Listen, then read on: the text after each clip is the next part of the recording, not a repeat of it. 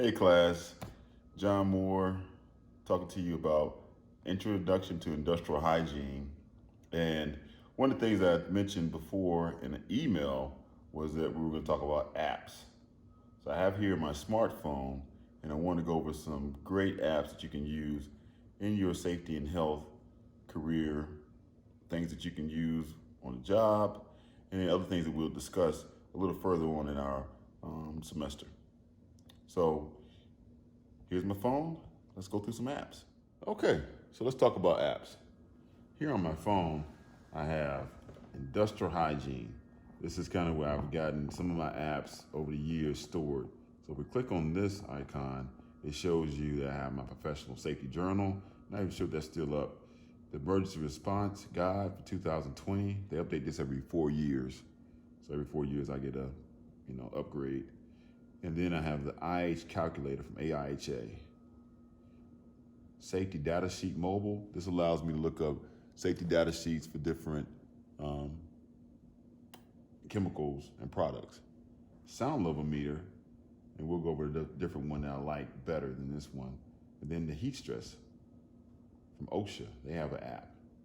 So that app is actually not updated. So we're gonna scroll over here. Oops. And scrolling can be fun, especially when you know what you're doing. You're a professional like myself. That's a joke. All right, so the heat index app is the same thing as heat stress OSHA. So when you're going to your app store, you want to type in OSHA heat stress, and it's give you the latest version, which is this version right here.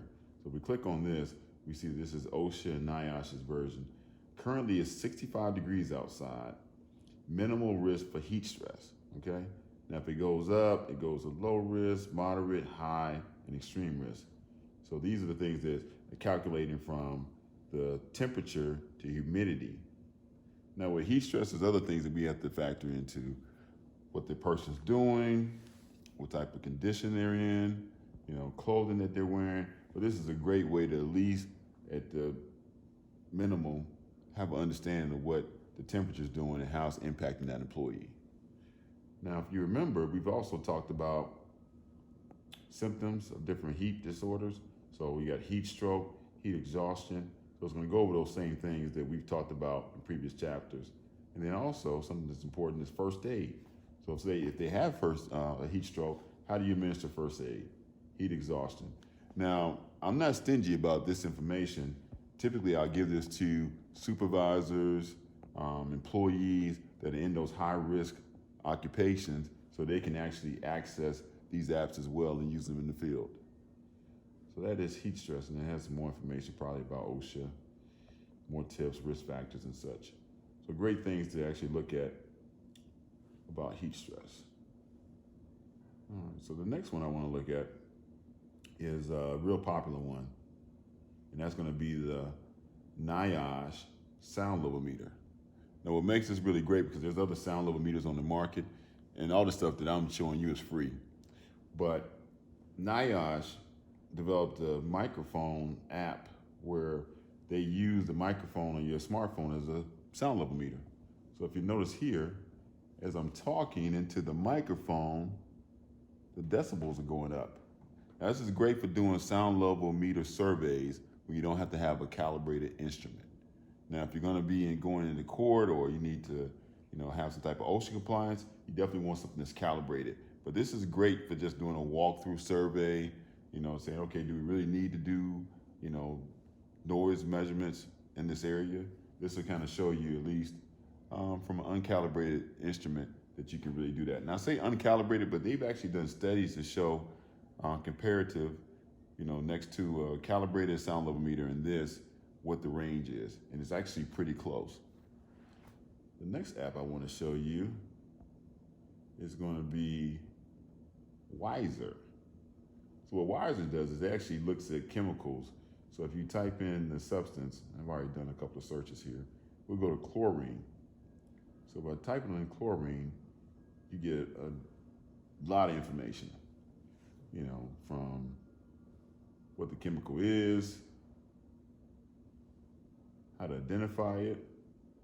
And what I like down here and why it's so great is that you have hazmat information. So the same stuff that we got off of the Emergency Response Guide 2020 is also in here, but it's more comprehensive. Cleanup methods, so you spill something, what do you do? And these are things that I emphasize to you to use as a resource because, you could sit down and memorize this stuff. And if you're not using it enough, it's probably not gonna stick with you. But if you go to the app, it's a great resource. Just knowing how to use it will help you in those cases where you have an emergency. All right, well, I wanna go to one more app. Okay, so we have the safety data sheet, which I guess you have to sign in for. But what you would use this for is that you come across a product, it could be generic, let's just say it's, oil. You type in what type of oil it is, and then it'll bring up the safety data sheet, which will give you information that you may need to know on the spot. But you have to have a login. Unfortunately, I can't remember my login, so we're just gonna say, this is how you use it, and I'm not gonna demonstrate how to use it. All right, so those are just some of the tools that we can use in health and safety. Great tools to use when you graduate and you start working in the field. I just wanted to let you know that they existed. And if you have any questions, comments, be sure to hit me up with an email, text message, or phone call. All right, class, appreciate your attention. Talk to you soon.